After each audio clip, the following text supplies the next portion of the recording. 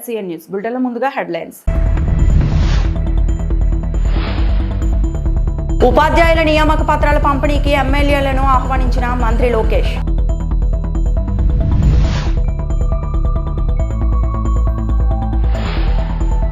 జోరుగా అమరావతి నిర్మాణ పనులు మంత్రి నారాయణ.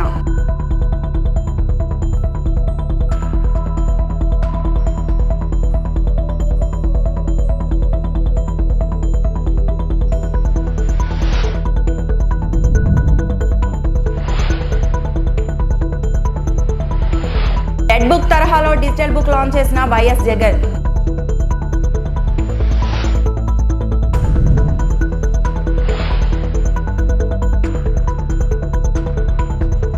అమరావతిలో వెలగపూడిలో గురువారం జరిగే ఉపాధ్యాయుల నియామక పత్రాల పంపిణీకి ఎమ్మెల్యేలు రావాలని విద్యాశాఖ మంత్రి నారా లోకేష్ అసెంబ్లీ వేదికగా ఆహ్వానించారు. డిఎస్సి నియామక పత్రాల పంపిణీపై అసెంబ్లీలో ప్రసంగించిన లోకేష్ వైసీపీ వాళ్ళు డిఎస్సి అడ్డుకోవడానికి 100కు పైగా కేసులు వేశారని, వాటిని అధిగమించి డిఎస్సి నిర్వహించి ఉపాధ్యాయ నియామకాలు చేపట్టామని వివరించారు. ఎమ్మెల్యేలు కూడా డిఎస్సి విజేతల సభకు వచ్చి ఆయా నియోజకవర్గాల పరిధిలో ఎంపికైన ఉపాధ్యాయులను అభినందించాలని కోరారు. ప్రజాప్రభుత్వం అధికారంలోకి వచ్చిన తర్వాత గౌరవ ముఖ్యమంత్రి గారు చేసిన తొలి సంతకం మెగా డిఎస్సి అధ్యక్ష. 5 సంవత్సరాలు ఎక్కడ గత ప్రభుత్వం ఒక్క డిఎస్సి కూడా ఏర్పాటు చేయలేదు అధ్యక్ష. సో సుమారుగా 16,000 మంది ఉపాధ్యాయులతో మెగా డిఎస్సి మన ప్రభుత్వం ఏర్పాటు చేసిన అధ్యక్ష. ఇక్కడున్న గౌరవ సభ్యులందరి సహకారంతో 2025లో నోటిఫికేషన్ చేశాం, ఎగ్జామ్స్ నిర్వహించాం, సర్టిఫికేట్ వెరిఫికేషన్ చేశాం. రేపు ఉపాధ్యాయులందరికీ లెటర్స్, అపాయింట్మెంట్ లెటర్స్ మనం అందజేయబోతున్నాం అధ్యక్ష. ఇది చాలా గర్వకారణం. కూటమి ప్రభుత్వాన్ని తొలి విజయం ఇది. ఎందుకంటున్నానంటే ఎప్పుడు డిఎస్సి నోటిఫికేషన్ ఇస్తే స్టే వచ్చేది, ఇలాంటి ఇబ్బంది పెట్టేవారు అధ్యక్ష. ఇప్పటికీ సుమారు వైకాపా నాయకులు 100 కేసులు వేశారు అధ్యక్ష. దీన్ని 100 కేసెస్ వేశారు డిఎస్సి పైన. 80% డిఎస్సి ఆపాలి, జరగకూడదు అపాయింట్మెంట్ అని వాళ్ళు కేసులు వేశారు అధ్యక్ష. కానీ నోటిఫికేషన్ పకడ్బందీగా ఇచ్చాం కనుకనే ఎక్కడ ఒక్క స్టే కూడా రాలేదు. చాలా పారదర్శకంగా నడిపిస్తున్నాం అధ్యక్ష. అమరావతి నిర్మాణ పనుల్లో ప్రస్తుతం 10,000 మంది కార్మికులు పనిచేస్తున్నారని మంత్రి నారాయణ తెలిపారు. బీజేపీ ఎమ్మెల్యే విష్ణుకుమార్ రాజు అసెంబ్లీలో అడిగిన ప్రశ్నకు మంత్రి సమాధానం ఇచ్చారు. అమరావతిలో సిఆర్డీఏ నుండి 21 పనులు, ఏడీసీ నుండి 64 పనులు జరుగుతున్నట్లు తెలిపారు. వైసీపీ ప్రభుత్వం రాజధాని నిర్వీర్యం చేసి 3 ముక్కలాట ఆడిందని, దీంతో అడవిలా పెరిగిన అమరావతిలో చెట్లు తొలగించేందుకు 30 కోట్లు ఖర్చు పెట్టాల్సి వచ్చిందని చెప్పారు. రాజధానిలో ట్రంక్ రోడ్లు, లేఅవుట్ రోడ్లు, ఎమ్మెల్యే, ఎమ్మెల్సీ, జడ్జిల బంగ్లాలు, అధికారులు, ఉద్యోగుల నివాసాలు నిర్మాణాలు వేగంగా జరుగుతున్నాయని చెప్పారు. మార్చి 31 నాటికి 3,500 ప్లాట్ల నిర్మాణం పూర్తి చేస్తామన్నారు. 2019కి ముందు పనులు చేసిన కొందరు కాంట్రాక్టర్లకు బిల్లులు రాకపోవడంపై ఎమ్మెల్యే విష్ణుకుమార్ రాజు ప్రశ్నించారు. ఈ విషయంపై స్పందించిన మంత్రి గతంలో పనులు చేపట్టిన కాంట్రాక్టర్లకు బిల్లుల చెల్లింపు పరిశీలిస్తామన్నారు. బిల్డింగ్స్, ఐఏఎస్, ఐపీఎస్ ఆఫీసర్ల బిల్డింగ్స్, మినిస్టర్స్ బంగళాలు, జడ్జెస్ బంగళాలు, ఎమ్మెల్యేలు, ఎమ్మెల్సీల యొక్క అపార్ట్మెంట్లు, గ్రూప్ డి ఆఫీసర్స్ యొక్క అపార్ట్మెంట్స్, అదేవిధంగా టైప్ 1, టైప్ 2 అపార్ట్మెంట్స్ టేకప్ చేసాం అధ్యక్ష.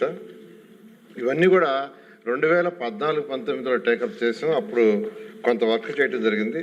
కానీ గత ప్రభుత్వం రాజధాని విషయంలో 3 ముక్కలాటాడి ఎక్కడా రాజధాని అనేది లేకుండా చేసి మొత్తం నిర్వీర్యం చేసింది.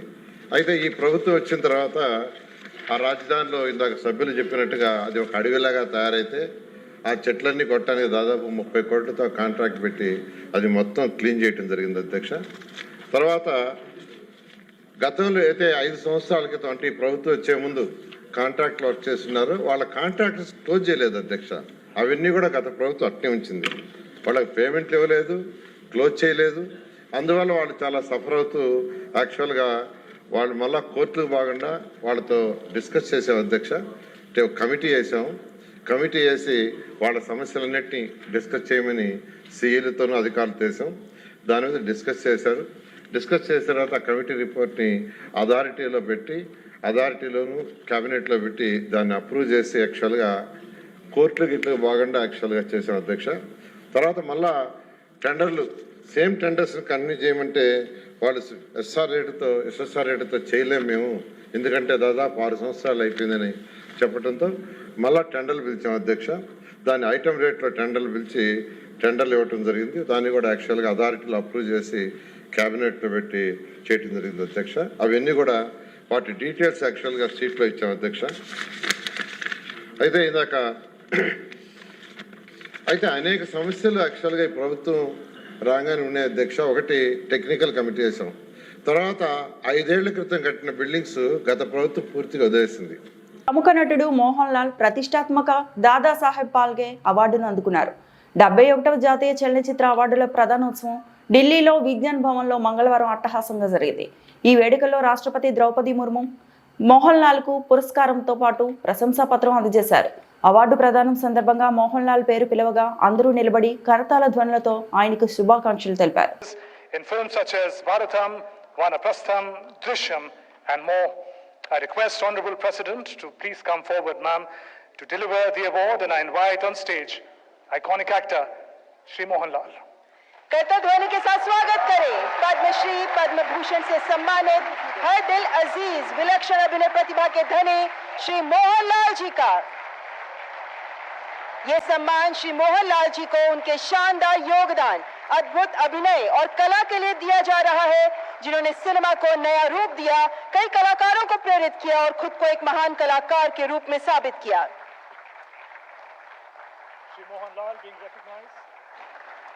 Shri Mohan Lal being recognized for his monumental contributions, unparalleled versatility, artistry that have profoundly shaped narrative cinema, inspired generations of artists, cemented his legacy as a cultural phenomena and a great master of his craft.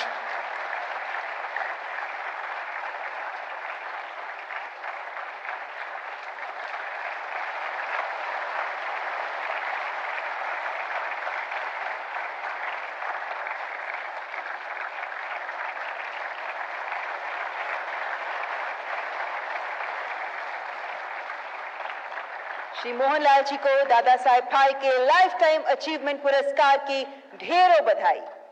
Thank you, Honorable President and distinguished guests. Many congratulations, Shri Mohan Lal. Digital book పేరుతో ప్రత్యేక portal ప్రారంభించారు. YSR Congress party అధినేత మాజీ CM YS Jaganmohan Reddy ఎలాంటి అన్యాయం జరిగినా upload చేయండి అని పిలుపునిచ్చారు. డిజిటల్ బుక్ పేరుతో పోర్టల్ లాంచ్ చేశారు జగన్. అన్యాయం మరియు రాజకీయ బాధితులను ఎదుర్కొంటా వైఎస్ఆర్సీపీ కార్యకర్తలు మరియు నాయకులకు అండగా నిలిచేందుకు ప్రత్యేక పోర్టల్ తెస్తామంటూ గత కొంతకాలంగా చెబుతూ వచ్చిన వైఎస్ జగన్మోహన్ రెడ్డి ఈ రోజు పార్టీ అధికారిక వేదికపై ఒక అద్భుతమైన డిజిటల్ బుక్ ప్రారంభించారు. ఇది ఆన్లైన్ లో అందుబాటులో ఉంది. దీని ద్వారా ఎవరైనా తాము ఎదుర్కొన్న అన్యాయానికి సంబంధించిన వివరాలను నేరుగా అప్లోడ్ చేయవచ్చు. ప్రతి సంఘటనను శాశ్వత డిజిటల్ డైరీలో నమోదు చేసి భద్రపరుస్తారు. వెబ్సైట్ తో పాటు IVRF కాల్ సౌకర్యం ఏర్పాటు చేసింది వైసీపీ. దీని ద్వారా కార్మికులు మరియు బాధితులు ఫోన్ ద్వారా తమ ఫిర్యాదులను నమోదు చేసుకోవచ్చు.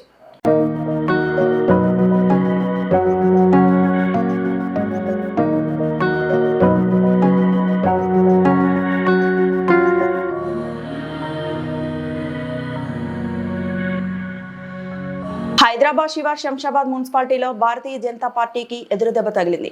మున్సిపాలిటీలో బీజేపీ సీనియర్ నాయకుడిగా ఉన్న కొలను ప్రదీప్ రెడ్డి బీఆర్ఎస్ లో చేరారు. తెలంగాణ భవన్లో పట్లౌల కార్తీక్ రెడ్డి ఆధ్వర్యంలో జరిగిన ఈ కార్యక్రమంలో ఆయనకు బీఆర్ఎస్ వర్కింగ్ ప్రెసిడెంట్ కేటీఆర్ గులాబీ కండువా కప్పి పార్టీలోకి సాదరంగా ఆహ్వానించారు.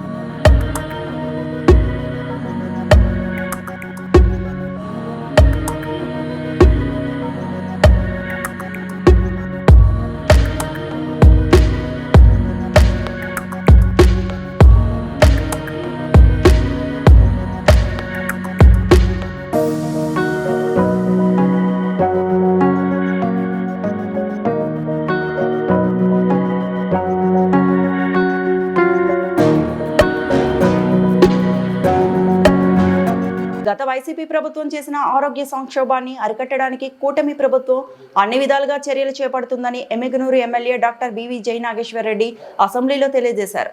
ముఖ్యమంత్రి నారా చంద్రబాబు నాయుడు ఆధ్వర్యంలో ఎమ్మిగనూరులో 100 పడకల ప్రభుత్వ ఆసుపత్రి నిర్మాణం జరిగిందని, ఎన్టీఆర్ వైద్య సేవలే గాని గుండెకి భరోసా, సీఎంఆర్ఎఫ్ లో ఎన్నో రకాలుగా ఆరోగ్య సంక్షేమాన్ని కూటమి ప్రభుత్వం అరికడుతుందనేది వాస్తవం. ఇందులో ఎలాంటి సందేహం లేదని, ఇంకా భవిష్యత్తులో కూడా ఇలాంటి ఎన్నో మెరుగైన వైద్య సదుపాయాలను కూటమి ప్రభుత్వం మెరుగుపరిచే విధంగా చర్యలు వేగవంతం అయ్యే దిశలో ప్రధాన వైద్య నిపుణులు అవసరమని, ఇందుకు మెరుగైన వైద్యంలో భాగంగా మరింత అభివృద్ధి జరగాలని అసెంబ్లీలో ఎమ్మెల్యే డాక్టర్ బివి జై నాగేశ్వర్ రెడ్డి ప్రభుత్వానికి విజ్ఞప్తి చేశారు. అధ్యక్ష, ఈరోజు 3 సూచనలు విజ్ఞప్తులు ఈ యొక్క చర్చలో ఏదైతే మా ఎమ్మెగనూరు నియోజకవర్గంలో సిహెచ్సి ఏదైతే ఉందో గతంలో ముఖ్యమంత్రి గారి చంద్రబాబు గారి ఆశీస్సులతోటి 100 బెడ్ హాస్పిటల్గా చేయడం జరిగింది అధ్యక్ష. ఒక ఏదైతే క్రిటికల్ కేర్ సెంటర్తో పాటు ఎక్విప్మెంట్, అదేవిధంగా ఓపీ రూమ్ కూడా మిస్ అయినటువంటి పరిస్థితుల్లో గతంలో ఈ యొక్క అంశం మీద మాట్లాడితే మంత్రి గారి వల్ల వెంటనే ఆ ఓపీ రూమ్ రావడం, మళ్ళీ అక్కడ సిహెచ్సి ప్రారంభించడం కూడా జరిగింది అధ్యక్ష. అదే రకంగా ఇక్కడ చూస్తే ఈరోజు మా పశ్చిమ ప్రాంతంలో అధ్యక్ష బనవాస్ అనే ప్రాంతంలో దాదాపుగా 1000 ఎకరాల భూమి ఉంది అధ్యక్ష. రాష్ట్ర విభజన జరిగిన తర్వాత నిమ్స్ ఏదైతే ఉందో తెలంగాణలో ఉండిపోవడం, ఇక్కడ ఉన్నటువంటి ప్రాంతంలో పశ్చిమ ప్రాంతంలో వైద్యానికి సంబంధించినట్టుకు ఆ నిమ్స్ని ఎకో సిస్టమ్ ద్వారా డెవలప్ చేసి ఇక్కడ నిమ్స్ మన ప్రాంతంలో పెట్టగలిగేటట్టుంటే ఇటు కేంద్ర ప్రభుత్వం అదే రకంగా సిఎస్ఆర్ ఫండ్స్తో పాటు ఈసారి అక్కడ ఏ నిమ్స్ అయితే అడుగుతున్నామో Nara institute of medical sciences పేరు మీద ఆ యొక్క నిమ్స్ని ఇక్కడ తెచ్చే విధంగా ముందుకు పోవాలని మంత్రి గారిని రిక్వెస్ట్ చేస్తూ, అదేవిధంగా డాక్టర్ బిఆర్ అంబేద్కర్ కోనసీమ జిల్లా రావులపాలెం మండలం రావులపాలెం ప్రధాని మోడీ చిత్రపటానికి పాలాభిషేకం నిర్వహించిన బీజేపీ శ్రేణులు.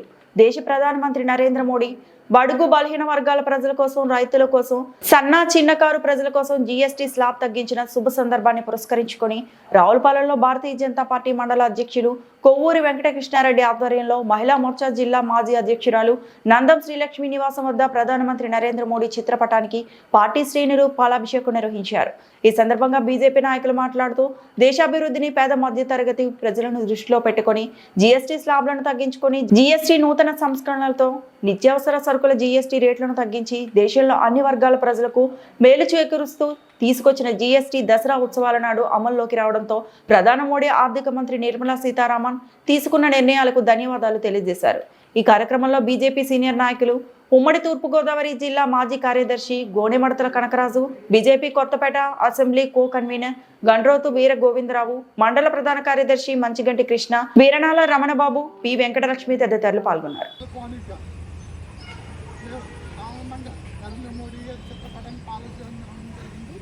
నరేంద్ర మోడీ గారి నాయకత్వం వర్ధిల్లాలి, నరేంద్ర మోడీ గారి నాయకత్వం వర్ధిల్లాలి, నరేంద్ర మోడీ గారి నాయకత్వం వర్ధిల్లాలి. జై హో భారత్, జై భారత్.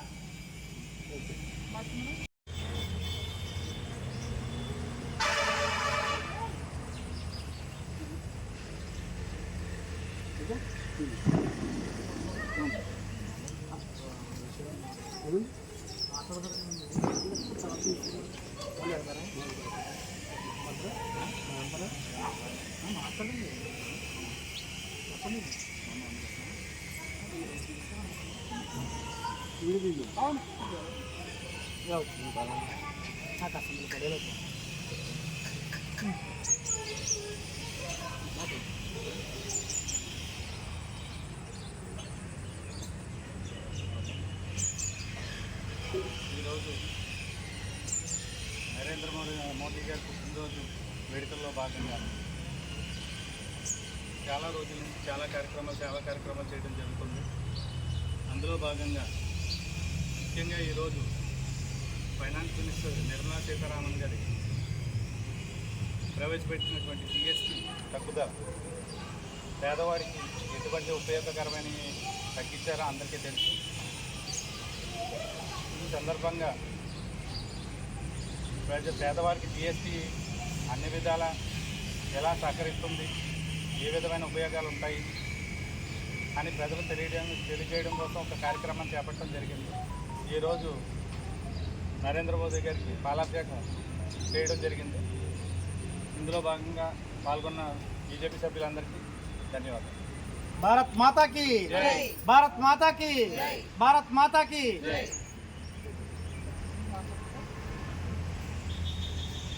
ఏలూరు జిల్లా కామవరపుకోట మండలంలో కొండగూడెం ఆనుకొని ఉన్న నాయకులగూడెం కులస్తులు ఆందోళన 3వ రోజు కొనసాగుతోంది. ఈ రోజు తహసీల్దార్ కార్యాలయం వద్ద మంట వార్పుతో తమ ఆందోళన సాగిస్తున్నారు. ఈ నాయకులు కులస్తులను ఎస్టీలుగా పరిగణలోకి తీసుకుని సర్టిఫికెట్లు ఇవ్వాలని వంట వార్పుతో కొమరం భీం నాయక్ కులస్తుల సంఘం ఆధ్వర్యంలో రిలే నిరాహార దీక్షలు కొనసాగిస్తున్నారు. 2014లో ఈ నాయకులు కులస్తులకు 23 మందికి ఎస్టీ సర్టిఫికెట్లు ఇచ్చారు. 2013 అప్పటి ఓటర్ల జాబితాలో ఈ కులస్తులను ఎస్టీలుగా పరిగణలోకి తీసుకున్నారు. ఇప్పుడు ఈ కులస్తులకు ఎస్టీ సర్టిఫికెట్లు ఇవ్వకుండా అధికారులు ఎందుకు ఇబ్బంది పెడుతున్నారు అని మాజీ జెడ్పీటీసీ గంట సుధీర్ తెలిపారు. ఈ నాయకుల గూడెంలో నాయకుల కులానికి చెందిన 89 మంది విద్యార్థులు ఉన్నారు. వీరందరూ ప్రభుత్వ పథకాలు పొందలేక చాలా నష్టపోతున్నారు. మా కులస్తులను ఎస్టీలుగా గుర్తించి మాకు ఎస్టీ సర్టిఫికెట్లు ఇప్పించవలసిందిగా విద్యార్థినులు తెలిపారు. ఈ సమస్యని మీడియా ప్రతినిధుల ద్వారా ప్రభుత్వానికి తెలియజేసి మాకు ఎస్టీ సర్టిఫికెట్లు ఇప్పించవలసిందిగా విద్యార్థులు తెలిపారు.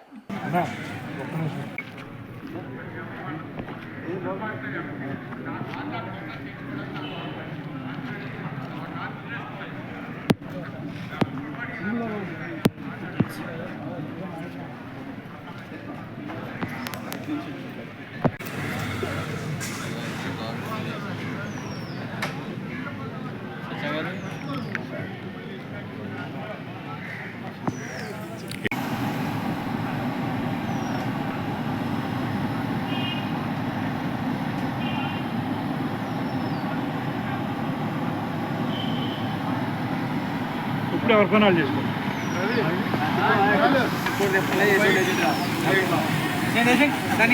నా పేరు మహిమా జ్యోతి. కామవరపుకోట మండలం నాయకులపేట గ్రామంలో మా గ్రామం మాది. నేను ఇంటర్ కంప్లీట్ చేసుకున్నాను. నాకు 8,000కి 870 వచ్చినాయి. అలాగే బీఎస్సీ నర్సింగ్ ఎంట్రన్స్ రాశాను. అందులో 2,900 ర్యాంక్ వచ్చింది. 55% వచ్చింది.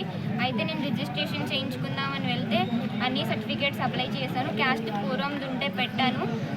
క్యాస్ట్ సర్టిఫికేట్ తీసుకోలేదు. రీఅప్లోడ్ చేయమని బ్యాక్ వచ్చేసి రిజెక్ట్ చేసేసారు. అయితే ఇప్పుడు చేయడానికి మళ్ళీ వేరే బయట చదువుకోవాలంటే 2 లక్షలు 3 లక్షలు అవుతుంది అంటున్నారు సంవత్సరానికి.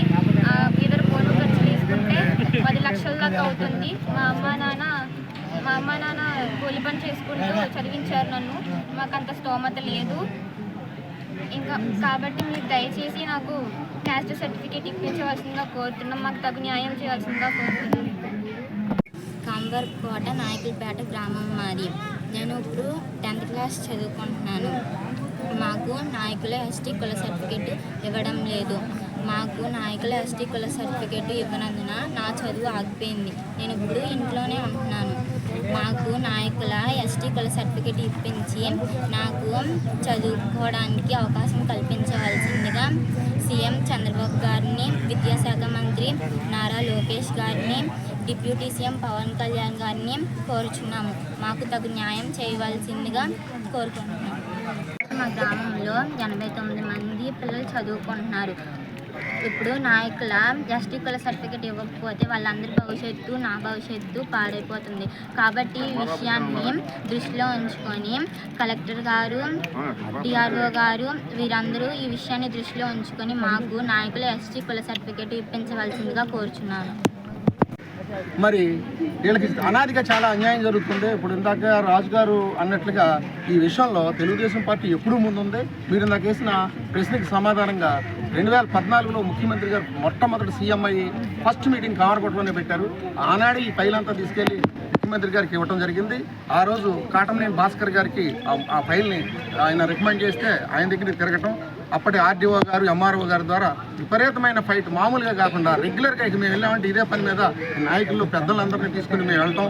అప్పుడు చివరికి 2019లో ఒక 23కి సర్టిఫికేట్లు ఇష్యూ జరిగింది. ఇక్కడ ఏంటంటే జరిగేది వ్యత్యాసం చాలా జరుగుతుంది. ఏంటంటే ఎవరైతే 23కి ఇచ్చారో వాళ్ళ తల్లిదండ్రులు ఆల్రెడీ తల్లి కానీ తండ్రులు కానీ అదే సర్టిఫికేట్ మీద ఉద్యోగాలు చేస్తున్నారు. మరి కొన్నాళ్ళు ఆపుతారు, కొన్నాళ్ళు 2 పిల్లలు ఉంటే ఓ పిల్లవాడికి ఇస్తున్నారు, ఓ పిల్లకి ఇవ్వరు. ఈ వివక్ష ఖచ్చితంగా జరుగుతుంది. మరి ఆనాడు మరి నక్కా ఆనంద్ బాబు గారి దగ్గరికి తీసుకెళ్ళటం, మరి విపరీతంగా మనం ఒత్తిడి చేసిన దాని మీద ఆ సర్టిఫికేట్లు అన్నీ వచ్చినాయి. మరి ఇదే గ్రామంలో 2013లో మరి నాయకుల కింద ఏళ్ళని ట్రీట్ చేసి ఓటర్ లిస్టులో మార్చి ఇది ఎస్టీ రిజర్వ్డ్ పంచాయతీ కింద చేసి వేరే ఎక్కడో ఒక ఎస్టీని తీసుకుని ఇక్కడ ఆయన్ని నిలపడం జరిగింది. మరి ఆ రోజు ఓటర్ లిస్టులో వీళ్ళని ఎస్టీల కింద ఎందుకు పెట్టారు? అంటే అవసరమైనప్పుడు మరి అధికారులు ద్వంద్వ వైఖరి వ్యవహరిస్తున్నారు అనుకోవచ్చు. మరి ఆనాడు ఎంఆర్ఓ గారు ఆర్టీఓ గారు 23 ఇచ్చారు. మరి ఇప్పుడు వీళ్ళకి ఎందుకు ఆ భయం, ఎందుకు ఇవ్వట్లేదు? మరి దీని మీద మేము ఎంతగానే వెళ్తాము. మరి మీరు అడిగిన దానికి సమాధానంగా లోకేష్ బాబు గారు 4-5 గంటలకు ఇంటర్వ్యూ ఇస్తారు తెల్లవారుజామున. అక్కడి నుంచి స్టార్ట్ అవుతుంది. అక్కడ క్యూలో నుంచి ఈ నాయకులు తీసుకుని లోకేష్ బాబు గారి దగ్గర తీసుకెళ్లి ఈ విషయాన్ని ఆయన దృష్టిలో పెట్టడం జరిగింది. ఆయన కూడా చెన్నారావుపేట బీఆర్ఎస్ మండల పార్టీ కార్యాలయాన్ని ప్రారంభించిన మాజీ శాసనసభ్యులు పెద్ది సుదర్శన్ రెడ్డి ఈ సందర్భంగా మాట్లాడుతూ బీఆర్ఎస్ మండల పార్టీ శ్రేణులకు, కార్యకర్తలకు, నాయకులకు పార్టీ కార్యాలయ ప్రారంభోత్సవ శుభాకాంక్షలు తెలిపారు. మార్పులో భాగంగా నియోజకవర్గ ప్రజలు కాంగ్రెస్ పార్టీకి అవకాశం కల్పించి ఎమ్మెల్యేగా దొంతి మాధవరెడ్డిని గెలిపిస్తే నియోజకవర్గ అభివృద్ధి అధోగతి పాలైంది.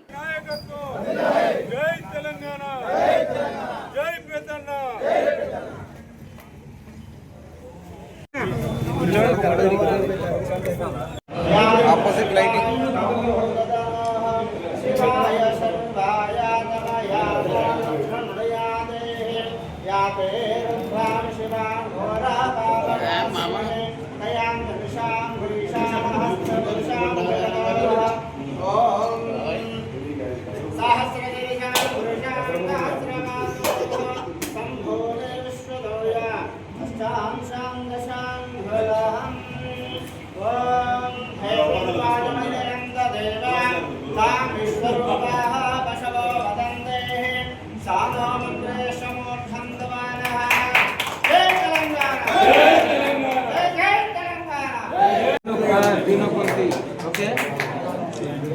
मीटिंग है फोन कर फोन नहीं पड़ा आता है सीआरएफ की मीटिंग